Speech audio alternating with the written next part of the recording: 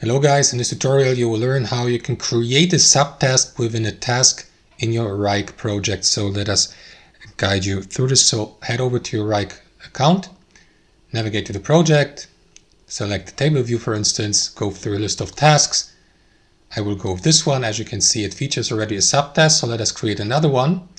Left click into the given task or choose that pencil button here, and here to the right click into sub item.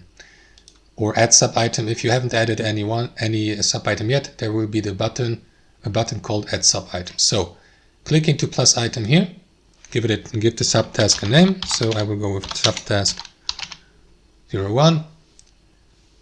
Select the type here, for example, a custom type, but you can also select task from that list.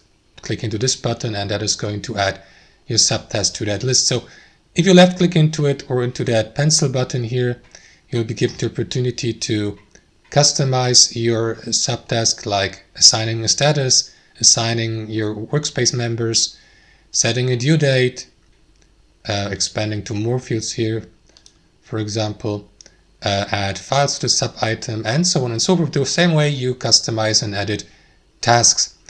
And here to the left you will see the list of all subtasks. So you may, for instance, change their position and move them to other tasks with your left mouse, and collapse the given task to